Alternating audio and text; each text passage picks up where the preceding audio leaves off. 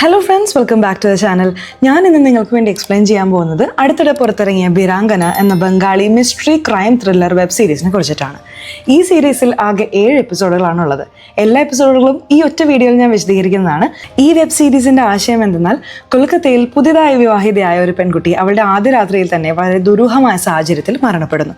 ആ പെൺകുട്ടിയുടെ മൃതദേഹം കാണുമ്പോൾ മരിക്കുന്ന സമയത്ത് അവളുടെ കണ്ണുകളിൽ നിന്ന് രക്തക്കണ്ണീർ വന്നിട്ടുണ്ടായിരുന്നു. ഒരുപക്ഷെ അവൾക്ക് ഇഷ്ടമില്ലാത്ത വിവാഹമായതുകൊണ്ടാകാം ആത്മഹത്യ ചെയ്തതെന്ന് കരുതി പോലീസ് കേസ് അവസാനിപ്പിക്കുന്നു. എന്നാൽ ഞെട്ടിക്കുന്ന കാര്യം, ദിവസങ്ങൾ കഴിയുന്തോറും കൊൽക്കത്തയിൽ പുതുതായി വിവാഹിതരാവുന്ന പെൺകുട്ടികൾ അവരുടെ ആദ്യ രാത്രിയിൽ ഇതേ രീതിയിൽ മരിക്കാൻ തുടങ്ങുന്നു. അപ്പോൾ കഥയിൽ പിന്നീട് എന്ത് സംഭവിച്ചു? പുതുതായി വിവാഹിതരായ പെൺകുട്ടികളെ അവരുടെ ആദ്യ രാത്രിയിൽ കൊലപ്പെടുത്തുന്ന ആ സൈക്കോ സീരിയൽ കില്ലർ ആരാണ്? പോലീസ് ഓഫീസറായ ഈ കഥയിലെ നായികയ്ക്ക് ആ സൈക്കോ കില്ലറെ കണ്ടെത്താൻ സാധിച്ചോ? ക്ലൈമാക്സിൽ വെളിപ്പെടുന്ന ഞെട്ടിക്കുന്നതും വൈകാരികവുമായ ട്വിസ്റ്റുകൾ എന്തെല്ലാമായിരുന്നു? ഇതെല്ലാമാണ് ഈ വീഡിയോയിലൂടെ നമ്മൾ കാണാൻ പോകുന്നത്. കഥയുടെ ഫസ്റ്റ് സീനിൽ പുതിയതായി വിവാഹിതനായ രാജേഷ് തന്റെ സുഹൃത്തുമായി സംസാരിച്ചിരിക്കുന്നത് നമ്മൾ കാണുന്നു. അന്ന് രാജേഷിന്റെ ആദ്യ രാത്രി ആയതുകൊണ്ട് മുറിയിലേക്ക് പോകുന്നതിന് മുമ്പ് അവൻ സുഹൃത്തുമായി മദ്യപിക്കുകയായിരുന്നു. കുറച്ചു സമയത്തിന് ശേഷം ബെഡ്റൂമിൽ ചെന്ന് നോക്കുമ്പോൾ ഞെട്ടിക്കുന്ന കാഴ്ചയായിരുന്നു അവിടെ. അവന്റെ ഭാര്യ ഫൽഗുനി മരിച്ചു കിടക്കുന്നു. അവളുടെ കണ്ണുകളിൽ നിന്ന് രക്തക്കണ്ണീർ ഒഴുകുന്നുണ്ടായിരുന്നു. ഈ വിവരം അറിഞ്ഞ ഉടൻ പോലീസ് ഇൻസ്പെക്ടറായ ബോറൽ കഥാനായികയും സബ് ഇൻസ്പെക്ടറുമായ ചിത്രയെയും കൂട്ടി സംഭവ സ്ഥലത്തേക്ക് എത്തുന്നു. മരിച്ച ഫൽഗുനിയുടെ വീട്ടുകാരെ ചോദ്യം ചെയ്തപ്പോൾ ഒരു കാര്യം വ്യക്തമായി. ഇത് ഫൽഗുനിയുടെ രണ്ടാമത്തെ വിവാഹമായിരുന്നു. അതായത് ഫൽഗുനിക്ക് ഇതിനകം വിവാഹം കഴിഞ്ഞ ഒരു ആൺകുട്ടിയുമുണ്ട്. എന്നാൽ ഭർത്താവുമായി ചേർച്ചയില്ലാത്തതിനാൽ ഫൽഗുനി ആദ്യ ഭർത്താവിൽ നിന്ന് വിവാഹമോചനം നൽകി ഇപ്പോൾ രണ്ടാമതും വിവാഹിതയായതാണ്. ഇൻസ്പെക്ടർ ബോറൽ രാജേഷിന്റെ വീട്ടുകാരെ ചോദ്യം ചെയ്തപ്പോൾ ഇരു വീട്ടുകാരുടെയും സമ്മതത്തോടെയാണ് ഈ വിവാഹം നടന്നതെന്ന് മനസ്സിലായി. ഒരുപക്ഷെ ഫൽഗുനിക്ക് ഇത് രണ്ടാമത്തെ വിവാഹമായതുകൊണ്ടും അതിൽ താല്പര്യമില്ലാത്തതുകൊണ്ടും ആത്മഹത്യ ചെയ്തതാവാം എന്ന് ബോറൽ അനുമാനിക്കുന്നു. അവിടെ നിന്നിരുന്ന സബ് ഇൻസ്പെക്ടർ ചിത്രയോട് ജീപ്പിൽ ഒരു ഡയറി ഉണ്ടെന്നും അത് പോയി എടുത്തുകൊണ്ട് വരാനും ബോറൽ പറയുന്നുണ്ട്. ചിത്ര അങ്ങോട്ട് പോയ ഉടൻ ബോറൽ രാജേഷിന്റെ വീട്ടുകാരോട് പറഞ്ഞു, സർ, പോലീസ് കേസ് എന്നൊക്കെ പറഞ്ഞാൽ നിങ്ങളുടെ കുടുംബത്തിന്റെ മാനം പോകും. ഞാൻ ചോദിക്കുന്ന പണം തന്നാൽ ഫൽഗുനി ആത്മഹത്യ ചെയ്താണെന്ന് റിപ്പോർട്ട് നൽകി ഈ കേസ് ഞാൻ ക്ലോസ് ചെയ്യാം. സീൻ കട്ട് ചെയ്ത് അടുത്ത ദിവസം രാവിലെ ചിത്ര പോലീസ് സ്റ്റേഷനിൽ ഇതേ കേസിനെ കുറിച്ച് സംസാരിക്കുകയായിരുന്നു. ഫൽഗുനിയുടേത് രണ്ടാം വിവാഹമായിരുന്നെങ്കിലും ഇരു വീട്ടുകാരും സംസാരിച്ച് സമ്മതിച്ചാണ് നടത്തിയത്. അങ്ങനെയുള്ളപ്പോൾ ഫൽഗുനി എന്തിനാ ആദ്യ രാത്രിയിൽ ആത്മഹത്യ ചെയ്യണം? ഇതേ സമയം ഇൻസ്പെക്ടർ ബോറൽ ചിത്രയെ തന്റെ ക്യാബിനിലേക്ക് വിളിക്കുന്നു. അഴിമതിക്കാരനും അഹങ്കാരിയുമായ ഈ ബോറൽ ചിത്രയെ വഴക്ക് പറയാൻ തുടങ്ങി. ചിത്ര, ഏതെങ്കിലും കേസിന്റെ അന്വേഷണത്തിന് പോകുമ്പോൾ ഉയർന്ന ഉദ്യോഗസ്ഥർ സംസാരിക്കുമ്പോൾ നീ മിണ്ടാതെ നിൽക്കാൻ പഠിക്കണം. നമ്മൾ അന്വേഷിക്കുന്ന ഒരു കേസും വ്യക്തിപരമായി എടുക്കാൻ പാടില്ല. നിന്റെ അച്ഛൻ മുൻപ് ഇതേ പോലീസ് സ്റ്റേഷനിൽ ഇൻസ്പെക്ടർ ആയിരുന്നു. അദ്ദേഹം മരിച്ചതിന് ശേഷം കിട്ടിയ അനുകമ്പയുടെ പുറത്താണ് നിനക്ക് ഈ ജോലി കിട്ടിയത്. ആ ഫൽഗുനിയുടെ കേസ് അന്വേഷിക്കുന്നത് ഞാനാണ്. ഉടൻ തന്നെ ഫൽഗുനി ആത്മഹത്യ ചെയ്താണെന്ന് റിപ്പോർട്ട് തയ്യാറാക്കി കേസ് ക്ലോസ് ചെയ്യാൻ അയാൾ ഉത്തരവിട്ടു. അതേസമയം ചിത്രയുടെ ഭർത്താവ് അവൾക്ക് ഉച്ചഭക്ഷണത്തിനോടൊപ്പം ഒരു റോസാപ്പൂവും കൊടുത്തയച്ചിരുന്നു. കാര്യം എന്തെന്നാൽ അന്ന് ചിത്രയുടെയും ഭർത്താവിന്റെയും വിവാഹവാർഷികമായിരുന്നു. വിവാഹവാർഷികം ആഘോഷിക്കാൻ ചിത്ര ലീവിന് അപേക്ഷിച്ചിരുന്നെങ്കിലും ഇൻസ്പെക്ടർ ബോറൽ ലീവ് നൽകാത്തതിനാൽ അവൾക്ക് ഡ്യൂട്ടിക്ക് വരേണ്ടി വന്നു.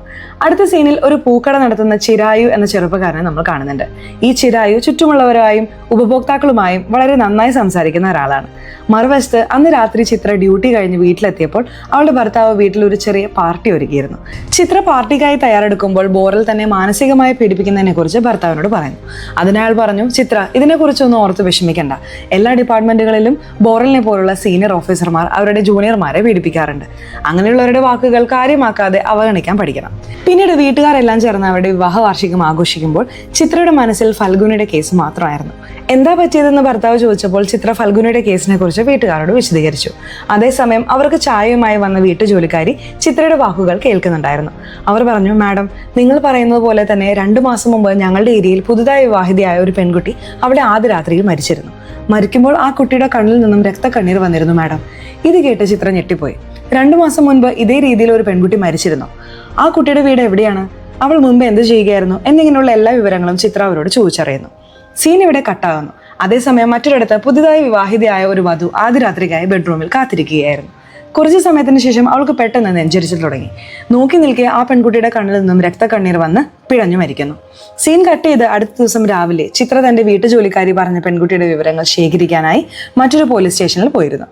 അവൾ ആ പെൺകുട്ടിയുടെ കേസ് ഫയൽ ആവശ്യപ്പെട്ടു. എന്നാൽ ആ സ്റ്റേഷനിലെ ഇൻസ്പെക്ടർ ബോറലിനെ ഫോൺ ചെയ്ത് ഈ വിവരം അറിയിച്ചു.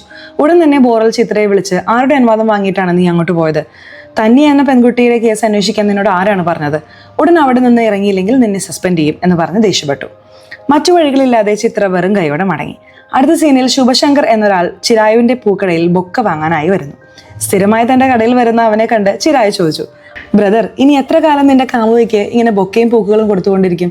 എത്രയും പെട്ടെന്ന് ആ കുട്ടിയോട് പ്രൊപ്പോസ് ചെയ്ത് വിവാഹം കഴിച്ചുകൂടെ? അതിന് ശുഭശങ്കർ ചിരിച്ചുകൊണ്ട് പറയുന്നു, അവളോട് പ്രൊപ്പോസ് ചെയ്യണമെന്ന് കരുതി പലതവണ പോയി ധൈര്യമില്ലാതെ തിരികെ വന്നിട്ടുണ്ട്. പക്ഷേ ഇന്നല്ലെങ്കിൽ നാളെ അവളോട് പ്രൊപ്പോസ് ചെയ്ത് വിവാഹം കഴിക്കും. എൻ്റെ കല്യാണത്തിന് നീ തന്നെ പൂക്കൾ കൊണ്ട് അലങ്കരിക്കണം എന്ന് പറഞ്ഞ് ബൊക്ക വാങ്ങി അവിടെ നിന്ന് പോകുന്നു. ഇവിടെ ചിത്ര ഒരു കോൺസ്റ്റബിളുമായി ഇതേ കേസുകളെ കുറിച്ച് സംസാരിക്കുകയായിരുന്നു. സർ, എനിക്ക് തോന്നുന്നത് നഗരത്തിലെ ഒരു സൈക്കോ കില്ലർ പുതുതായി വിവാഹിതരാകുന്ന പെൺകുട്ടികളെ വിഷം കൊടുത്ത് കൊല്ലുന്നുണ്ടെന്നാണ്. 7 മാസം മുൻപ് തന്യ എന്ന പെൺകുട്ടി ഏത് രീതിയിലാണോ മരിച്ചത് അതേ രീതിയിലാണ് ഇപ്പോൾ ഫൽഗുനിയും മരിച്ചിരിക്കുന്നത്. ചിത്ര ഇത് പറയുന്നത് അവിടെ ഇരിക്കുന്ന ഒരു സബ് ഇൻസ്പെക്ടർ കേൾക്കുന്നു.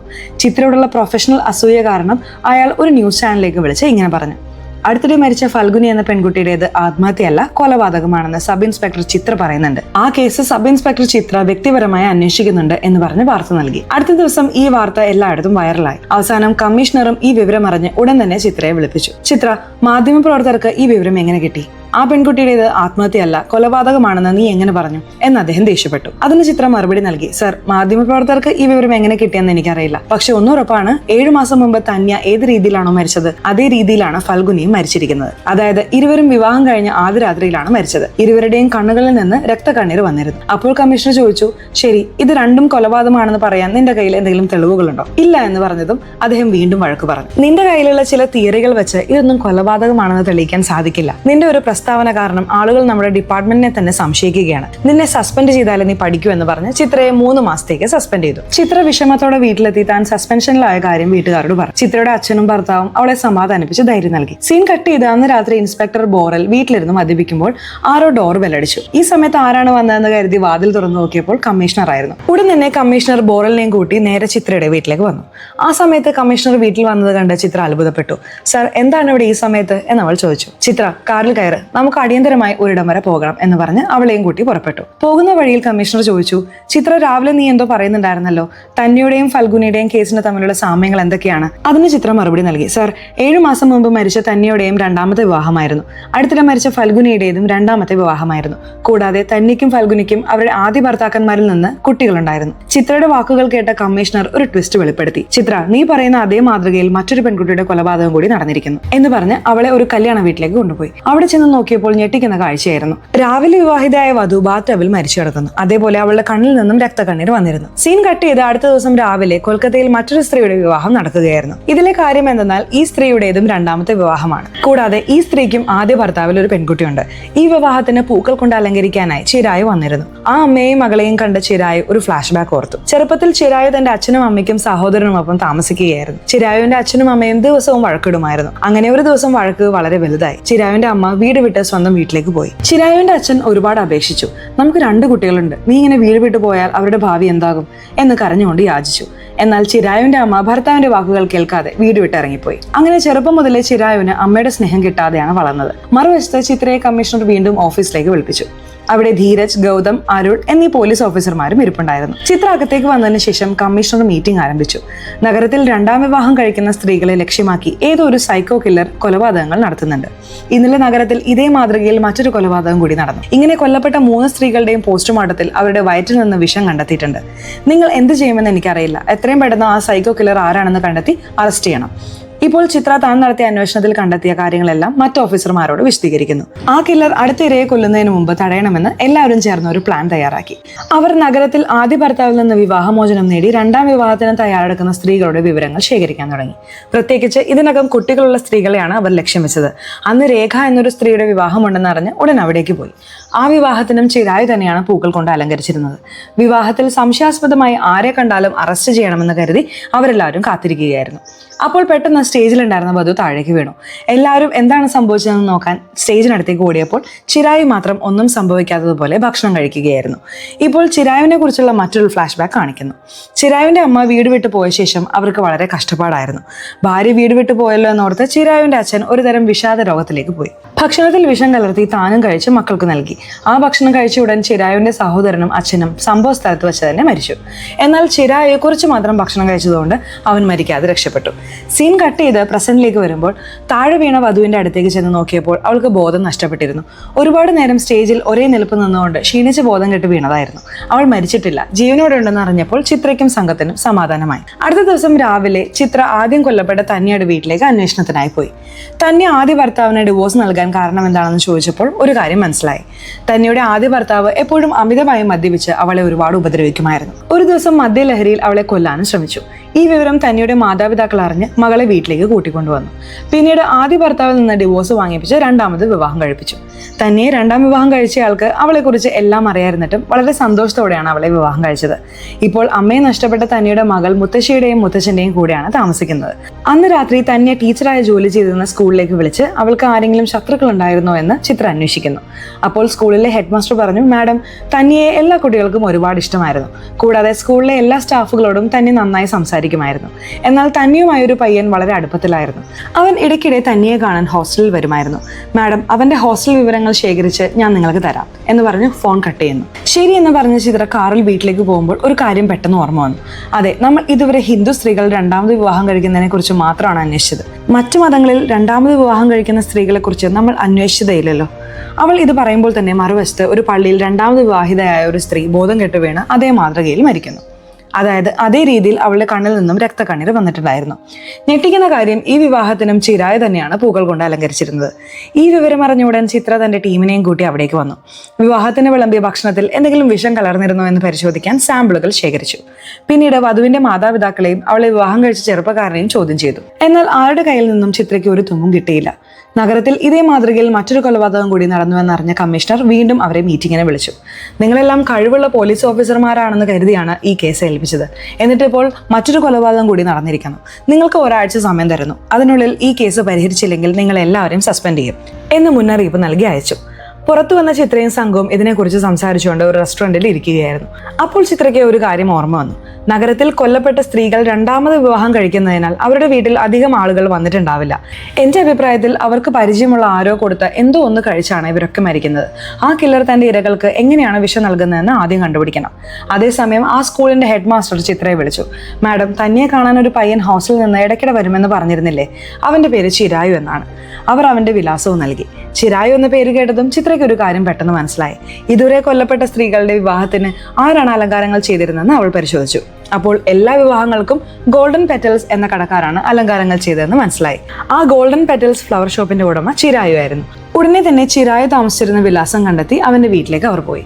എന്നാൽ ആ സമയത്ത് ചിരായു വീട്ടിലുണ്ടായിരുന്നില്ല. കുറച്ചു സമയത്തിന് ശേഷം ചിരായു സ്വയം പോലീസ് സ്റ്റേഷനിലേക്ക് വരുന്നു. ഉടൻ തന്നെ അവനെ ചോദ്യം ചെയ്യാൻ ആരംഭിച്ചു. നീ അലങ്കരിച്ച 4 വിവാഹങ്ങളിലും വധുക്കൾ മരിച്ചു. സത്യം പറ, നീ തന്നെയല്ലേ കൊലയാളി? എന്തിനാണ് അവരെ എല്ലാം കൊന്നത് എന്ന് ചിത്ര ചോദിക്കുന്നു. എന്നാൽ ചിരായു വളരെ നിഷ്കളങ്കനായി പറഞ്ഞു, മാഡം, ഞാനെന്തിനു കൊലപാതകം ചെയ്യണം? ഇതൊരു യാദൃശ്ചികത മാത്രമാണ്. ഞാനൊരു ചെറിയ പൂക്കട നടത്തുന്നു. ഇതല്ലാതെ എനിക്കൊന്നും അറിയില്ല മാഡം. അതേസമയം ഓഫീസർ ഗൗതം ചിത്രയെ പുറത്തേക്ക് വിളിച്ച് ഒരു ട്വിസ്റ്റ് വെളിപ്പെടുത്തി. ചിത്ര, ഇപ്പോൾ കൊല്ലപ്പെട്ട തന്യയുടെ മകളിൽ നിന്ന് ഒരു വിവരം കിട്ടിയിട്ടുണ്ട്. തന്യയുടെ വിവാഹ ദിവസം അവളുടെ മകൾക്ക് ഒരു പ്രായമായ സ്ത്രീ ഒരു ചോക്ലേറ്റ് കൊടുത്തു. ആ ചോക്ലേറ്റ് അമ്മയ്ക്ക് കൊടുക്കാൻ ആ സ്ത്രീ പറഞ്ഞു അത്രേ. എനിക്ക് സംശയം തോന്നി. ഇതുവരെ വിവാഹിതരായ മറ്റു സ്ത്രീകളുടെ മക്കളെയും വിളിച്ച് ഞാൻ ചോദിച്ചു. ഞെട്ടിക്കുന്ന കാര്യം, അവർക്കും വിവാഹ ദിവസം ഒരു പ്രായമായ സ്ത്രീ വന്ന് ചോക്ലേറ്റ് കൊടുത്തിട്ട് ഇത് അമ്മയ്ക്ക് കൊടുക്കാൻ പറഞ്ഞിട്ടുണ്ടായിരുന്നു.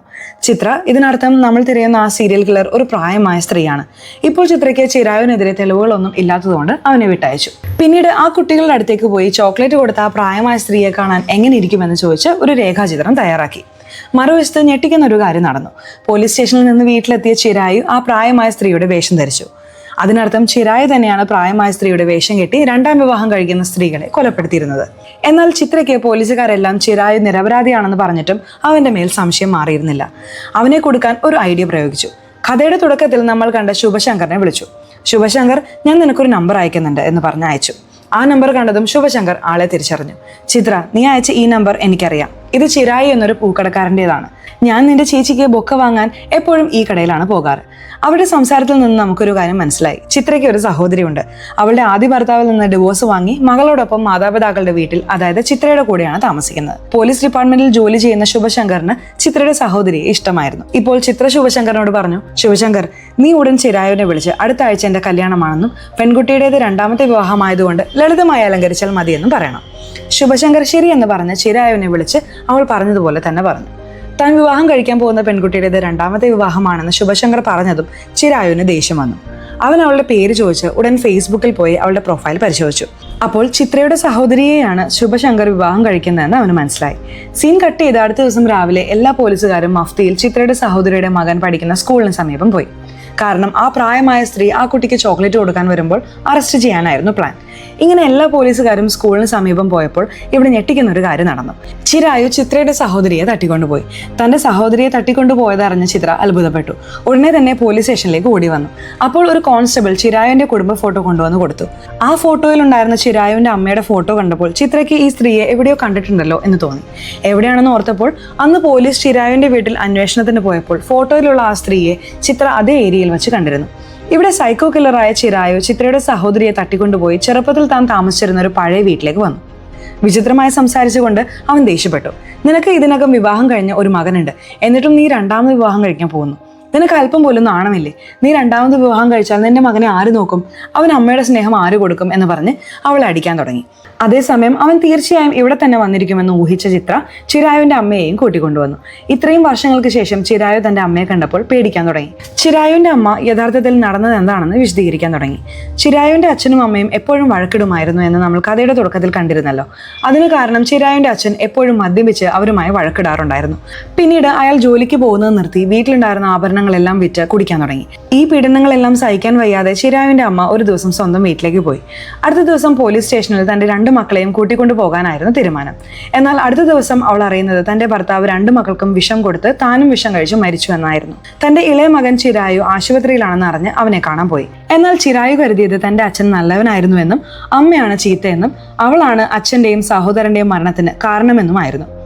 അവൻ അമ്മയെ വെറുക്കാൻ തുടങ്ങി. മറ്റു വഴികളില്ലാതെ അവൻ മകനെ മറ്റൊരാൾ വഴി ഒരു അനാഥാലയത്തിൽ ചേർത്തുന്നു. ചിരായു ഉണ്ടായിരുന്ന അതേ അനാഥാലയത്തിലേക്ക് ഇടയ്ക്കിടെ തന്നെ പഠിപ്പിക്കാൻ വരുമായിരുന്നു. ദിവസങ്ങൾ കഴിഞ്ഞപ്പോൾ ചിരായു അമ്മയെ കൂടുതൽ വെറുക്കാൻ തുടങ്ങി. അവളെ കാണുന്നത് പോയിട്ട് അവളുടെ പേര് കേൾക്കുന്നത് പോലും അവന് ദേഷ്യമുണ്ടാക്കി. മകന്റെ അവസ്ഥ മനസ്സിലാക്കി ചിരായുവിന്റെ അമ്മ അവനിൽ നിന്ന് അകന്നു നിന്നു. എന്നാൽ എല്ലാ ദിവസവും അവനറിയാതെ അനാഥാലയത്തിൽ വന്ന് അവനെ കാണുമായിരുന്നു. മകൻ വളർന്ന് വിദ്യാഭ്യാസം പൂർത്തിയാക്കിയ ശേഷം താൻ മറ്റൊരാളാണെന്ന് പറഞ്ഞ് അവനുമായി പരിചയപ്പെട്ടു. താൻ താമസിക്കുന്ന ഏരിയയിൽ അവനൊരു വാടക വീടും എടുത്തു നൽകി. പരോക്ഷമായി അവന്റെ പൂക്കടയ്ക്ക് പണം മുടക്കിയതും അവൾ തന്നെയായിരുന്നു. സീൻ കട്ട് ചെയ്ത് കഥ പ്രസന്റിലേക്ക് വരുന്നു. അമ്മ അത്രയൊക്കെ പറഞ്ഞിട്ടും ചിരായു ചിത്രയുടെ സഹോദരിയെ കൊല്ലാൻ ശ്രമിക്കുന്നു.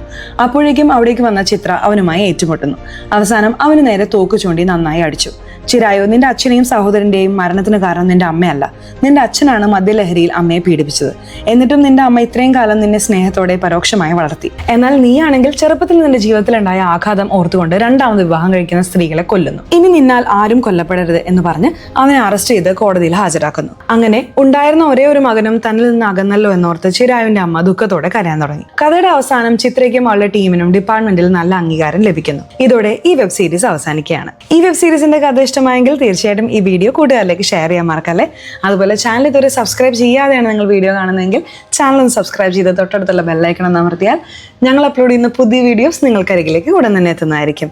സോ ഇനി അടുത്തൊരു വീഡിയോയിൽ കാണുന്നത് വരെ ബൈ.